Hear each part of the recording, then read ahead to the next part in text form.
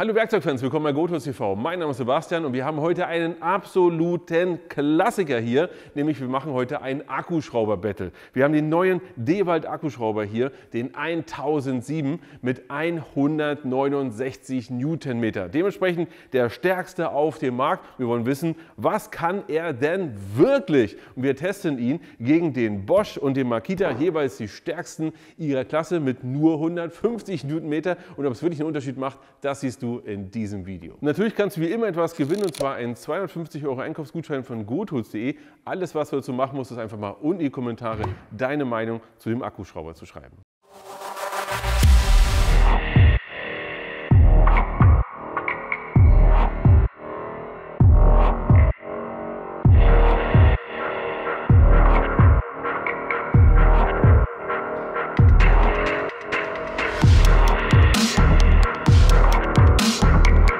Wow! Ich muss sagen, ich habe richtig Bock auf genau diesen Test, denn ganz ehrlich, das ist doch der absolute GoTools-Klassiker. Nämlich wirklich zu sagen, wir nehmen jetzt einen Akkuschrauber und testen ihn auf Herz und Nieren. Nicht umsonst haben wir hier die schöne Meterschraube da, aber wir werden auch Forstner bohren, Flachfräs bohren und weiß der Geier was bohren. Wir werden heute den wirklich mal auf Herz und Nieren testen, denn ich möchte wissen, macht das einen großen Unterschied? Machen 169 Newtonmeter wirklich nochmal was aus? Und ich muss sagen, wir müssen uns das Gerät gleich mal im Detail anschauen, denn hier gibt es einige Sachen, die die anderen nicht haben, die wirklich, wirklich interessant sind. Aber erst einmal, welche Geräte haben wir denn hier? Wir haben den absoluten Klassiker hier von Bosch, den GSR 18V 150C. Eines der Geräte, das am meisten auch nachgefragt wird. Deswegen steht es hier auch bei uns auf dem Tisch. Dann haben wir den neuen Dewalt, den DCD, guck extra mal drauf, den 1007 und gegen Makita den DF001G. Ganz wichtig ist schon mal, wir haben hier auch verschiedene Geräteklassen in der Form, dass wir hier 18 Volt haben, hier auch 18 Volt, hier haben wir aber ein 40 Volt Gerät. Natürlich gibt es von Makita auch einen, ja, auch ein 18 Volt, aber der hat 20 Newtonmeter weniger und einige Funktionen weniger. Deswegen kommt er aus dem Test raus. Er hat nur 130 Newtonmeter. Das ist unfair gegen das Monster hier. Und wer sich fragt, warum habe ich nicht andere hier noch auf dem Tisch stehen, es geht ja zentral um den hier und ich wollte ihn testen gegen die Geräte, die am meisten von euch nachgefragt werden und die ihr am liebsten habt. Der Milwaukee vielleicht wäre auch interessant, aber wenn du den sehen willst, schreib es gerne mal unten in die Kommentare. Schauen wir uns mal an. Und jetzt schauen wir uns mal das Gerät hier im Detail an. Moment, bevor wir uns das Gerät im Detail anschauen, sprechen wir über zwei andere Dinge, nämlich Preise und technische Daten. Nummer 1, Preise. Die Geräte kosten alle so zwischen 220 und 250 €. Wenn du den aktuellen Preis der Geräte haben möchtest, schau mal unten in die Videobeschreibung, da findest du den ehrlichen Preisvergleich. Und vor allem bei der Neuheit hier weiß ich sowieso noch nicht, wie der Preis sich in einem halben oder Vierteljahr entwickelt. Also einfach mal unten reinschauen. Nächstes Thema, technische Daten. Hier ist es so, dass wir immer 3 verschiedene Daten haben: weicher Schraubfall, harter Schraubfall, maximales Drehmoment. Hier sprechen wir heute vor allem über das maximale Drehmoment, also die absolute Spitze bei den Geräten. Hier ist es so, dass wir beim 150er haben wir halt 150 Newtonmeter. Bei dem Makita haben wir auch 150 Newtonmeter. Aber bei Dewalt haben wir fast 170, also 169 Newtonmeter. Dementsprechend ein kleines bisschen mehr, 20 Newtonmeter, fast mehr. Zusätzlich ist es wichtig auch zu beachten, wir haben hier 3 verschiedene Geräte in der Form der Funktion. Das ist nicht, dass ihr gleich sagt, hä Sebastian, was machst denn du hier? Ich habe hier keine Schlagbohrfunktion. Das Gerät gibt es zwar mit, aber das teste ich heute ohne. Hier ist es auch ohne. Der hat die Bohrfunktion gleich mit dabei. Ist halt so, also nicht wundern für euch. Ansonsten ist es so, bei den technischen Daten brauchen wir uns auf nichts weiter groß fokussieren. Wenn du aber noch mehr Daten haben möchtest, wie immer findest du alles bei uns im großen Werkzeugvergleich auf GoTools.de. Das verlinke ich dir auch hier oben mal. Jetzt schauen wir uns das Gerät mal vom Namen an. Erst einmal siehst du hier wunderschön gummiert, alles so, wie man sich das wünscht. Hier wird es aber schon interessanter, denn was ich hier habe ist, ich kann diese Leuchte, ja, die kann ich wirklich verstellen. Nach unten, ja, oder für euch auch nochmal weiter nach oben, weiter geht es nicht, so ein paar Grad kannst du hin und her verstellen. Was ich auch machen kann über diesen Knopf, ich kann einfach hier drauf drücken und kann sagen, die Lampe geht aus, sie geht an Oder sie ist jetzt hier seht ihr das auch nochmal, hier unten, dauerhaft für 20 Minuten an. Das heißt, ihr könnt sie auch mal irgendwo, zum Beispiel einen Schaltschrank oder irgendwo zur Seite stellen oder einen Küchenschrank, könnt das hier ein bisschen ausleuchten und dann geht es nicht immer sofort aus. Viele von euch kennen das ja, die drücken dann immer mal wieder hier drauf, leuchtet wieder ein paar Sekunden, drücken wieder drauf, brauchst du hier nicht. Jetzt gucken wir mal etwas weiter nach oben. Und zwar genau hierhin. Wir sehen hier, wir haben 3 Geschwindigkeiten und das ist sehr besonders. Normalerweise würde man jetzt Folgendes erwarten. Wir haben jetzt vielleicht so 500 Umdrehungen, 2000 und vielleicht nochmal 2800 bis 3000 Umdrehungen. Aber das haben wir nicht, sondern wir haben hier eine andere Spreizung. Bei dem Gerät hier oder bei den anderen beiden Geräten ist es so, dass wir auch irgendwie so 500, 600 Umdrehungen haben und dann die im zweiten Gang, weil beide haben ja nur 2 Gänge und dann die hohe Drehzahl. Bei Dewald ist es so, dass sie gesagt haben, es wäre doch eigentlich cool, irgendwas dazwischen zu haben. Nämlich, in dem Fall ist es so, wir haben hier 450 im ersten, das heißt richtig Kraft, denn je langsamer wir drehen, umso mehr Kraft können wir aufwenden. Und je höher die Übersetzung ist, umso weniger wird es dann irgendwann weniger. Bei 2000 Umdrehungen wird es dann schwierig. Ja? Dann haben wir einfach weniger Kraft. Dementsprechend haben wir im ersten Gang 450, im zweiten 1200 und im letzten Gang, im dritten, haben wir 2000 Umdrehungen. Ergo, wenn du merkst, Mensch, ja, ich möchte ein bisschen schneller arbeiten, aber er hat nicht genügend Kraft, sagst du einfach, na, ich gehe mal vom dritten in den zweiten Gang, drehst mit 1200 Umdrehungen und hast da immer noch richtig Wumms. Und falls du dich wunderst, dass du im Netz nochmal andere Angaben findest, es ist ja wirklich so, dass das Gerät, je nachdem welcher Funktion es ist, leicht andere Drehzahl hat. Ja? Wir haben einmal die Bohrfunktion oder die Schlagbohrfunktion. In der normalen Bohrfunktion ist es so, wir haben 450 Umdrehungen. Beim Schlagbohren haben wir 500 Umdrehungen. Genauso bei der maximalen Umdrehung ist es hier so, dass wir beim normalen Bohren haben wir halt nur, so wenn du Holz bohrst, ja, weißt was ich meine, dann sind wir auch da bei 2000, wohingegen wir bei Schlagbohren bei 2250 sind. Sehr ungewöhnlich, kenne ich sonst so gar nicht, aber so ist es halt. Übrigens beim Thema Geschwindigkeit ist eine Sache nochmal wichtig. Wir haben das Ganze eben mal nachgemessen. Die Geschwindigkeiten, die hier dran stehen, stimmen auch wirklich und auch 2 verschiedene Geschwindigkeiten. Erklärt sich vielleicht auch dadurch, dass wenn man hier, je nachdem, ob man das jetzt einkoppelt oder auskoppelt, also je nachdem, ob man sagt Schlagbohren oder nur noch bohren, dann wird ja wirklich hier das Getriebe scheinbar umgesetzt oder übersetzt. Das wird auch ein Stück rausgezogen. Interessante Funktion habe ich so noch nirgendwo gesehen. Aber ganz ehrlich, Schwafel. Wir können ja viel über irgendwelche Sachen reden, das ist dann auch gelb und hier oben ist alles aus Metall und das ist ein cooles Bohrfutter und bla bla bla bla bla. Wir wollen das Ganze aber jetzt mal testen und wissen, wie gut schlägt er sich denn wirklich. Damit es nicht so leicht ist, machen wir Folgendes. Wir fangen jetzt hier mit einer 10x340er an, aber im dritten Gang, das heißt bei voller Geschwindigkeit. Weiter geht's mit 13x400. Ich teste auch wirklich gleich mal nochmal im dritten Gang. Und wenn es nicht funktioniert, gehe ich mal ein bisschen runter.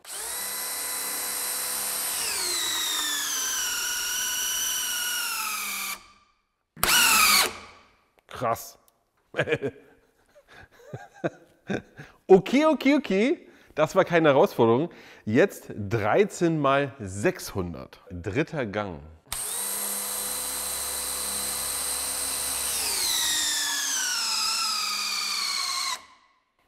Okay, einmal und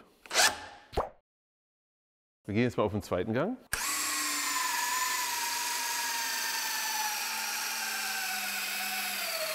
Und versenkt.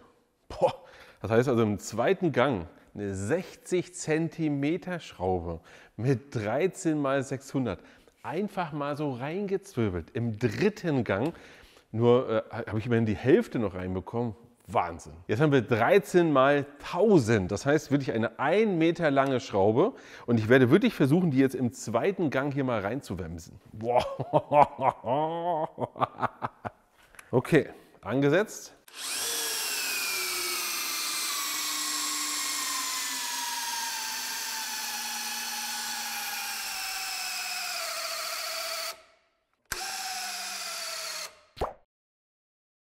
Erster Gang.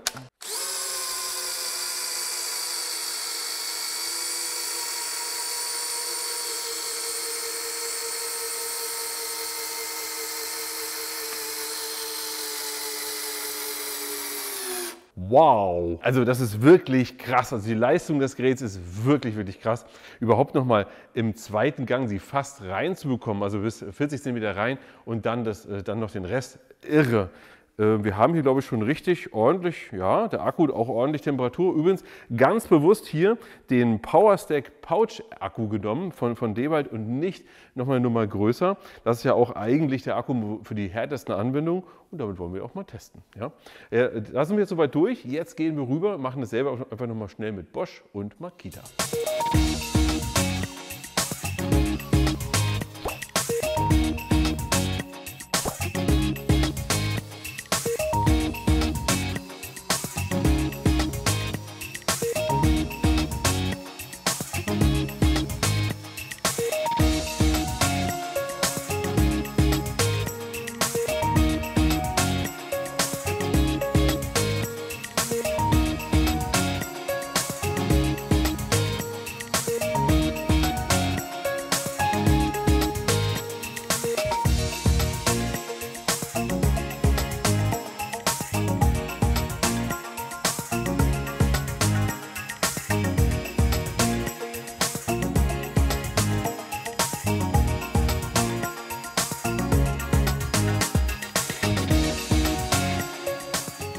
Als Fazit nach dem Test können wir zwei Dinge sagen und ich möchte gar nicht auf jede einzelne Kleinigkeit eingehen.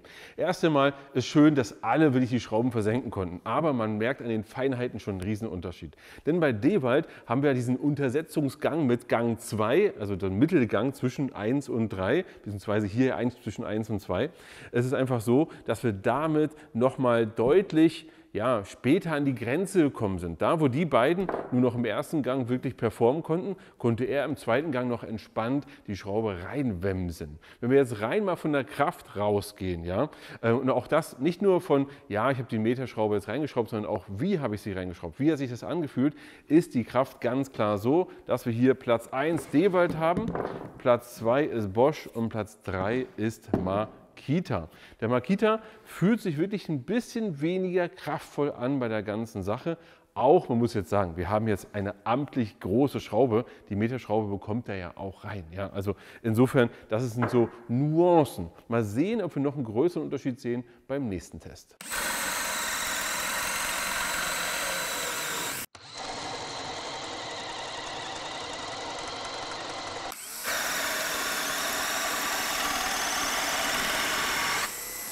Was zum Teufel war das denn?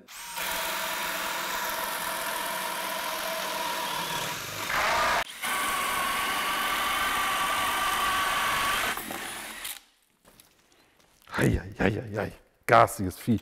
Ja, was soll ich sagen, hat richtig Spaß gemacht, aber 65 mm Forstnerbohrer war für keinen auch nur die geringste Herausforderung. Also den Flachfräsbohrer hier, auch wenn es ein 40er ist, sparen wir uns komplett und kommen gleich hier zu dem hier, unserem Schlangenbohrer, und zwar mit einer amtlichen Größe 40 x 600. Und hier ist es so, dass sich wirklich Spreu vom Weizen trennt, denn die Reibkräfte hier an der Seite sind enorm. Und das ist wirklich sehr, sehr schwer für die Geräte. Mal schauen, wer es schafft.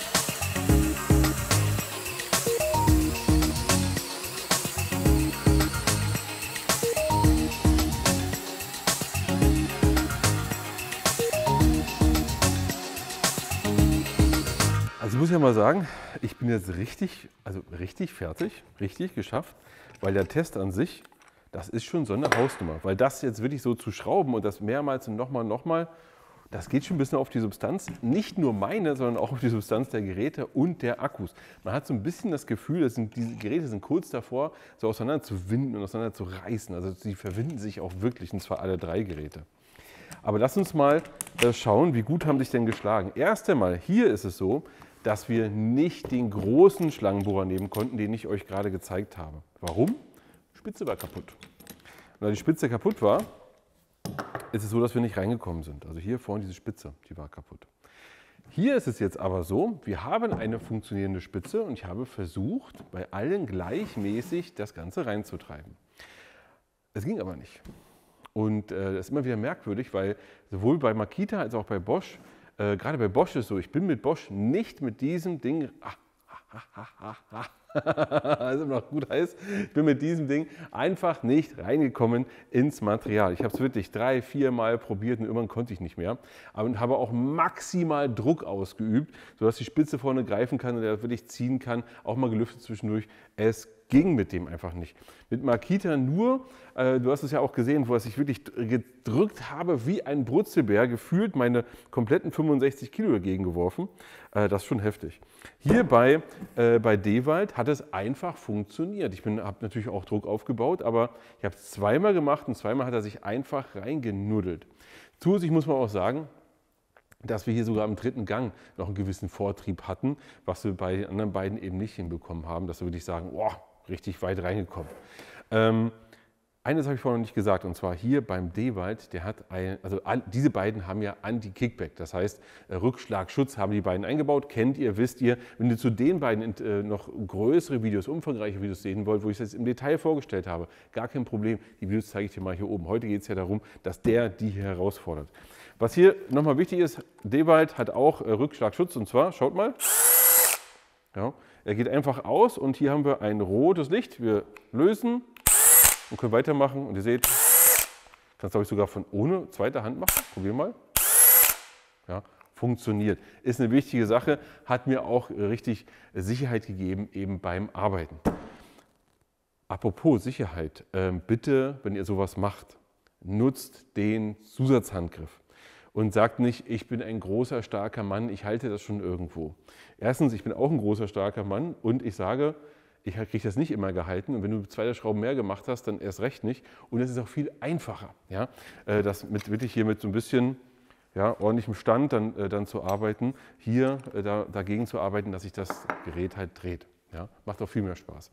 Vom Fazit kann ich euch aber eine Sache sagen. Wir haben unser neues Topgerät. Weil es ist wirklich so, dass der hier einerseits, man merkt das mehr an Kraft, auch wenn es nur 20 Newtonmeter sind, das merkt man schon. Man merkt nicht, dass der doppelt so stark ist wie die, um Gottes Willen. Ja? Man merkt aber, der hat etwas mehr Wumms. Zusätzlich, was ich aber am coolsten finde, ist es, er ist nochmal anders übersetzt und es gibt bei den beiden ist es ja erster, zweiter Gang um die 2000 Umdrehungen. Der hier hat eben beim 3. Gang 2000 Umdrehungen, zweiter, nochmal, damit wir es richtig verstehen, zweiter ist so dazwischen eben. Ja? Und diese rund 1300 Umdrehungen machen häufig einen Unterschied. So dass wir unseren neuen Meister haben. Ihr merkt, ich bin ein bisschen geschafft, aber eine Sache ist wichtig. Wenn du im Akkusystem von Bosch bist, im Akkusystem von Makita bist, hast du mit beiden Geräten einen absolut genialen Akkuschrauber. Das ist gar kein Problem. Ja? Es ging ja nur darum zu sagen, was ist momentan der Champion der übertrieben starken Akkuschrauber. Und das ist jetzt Dewald. Ich freue mich auf eure Kommentare. Denkt an das Gewinnspiel und so lange kühlen, glaube ich, jetzt erst einmal die Akkus, ich und die Geräte ab. Und für euch ran ans Werkzeug und bis zum nächsten Mal.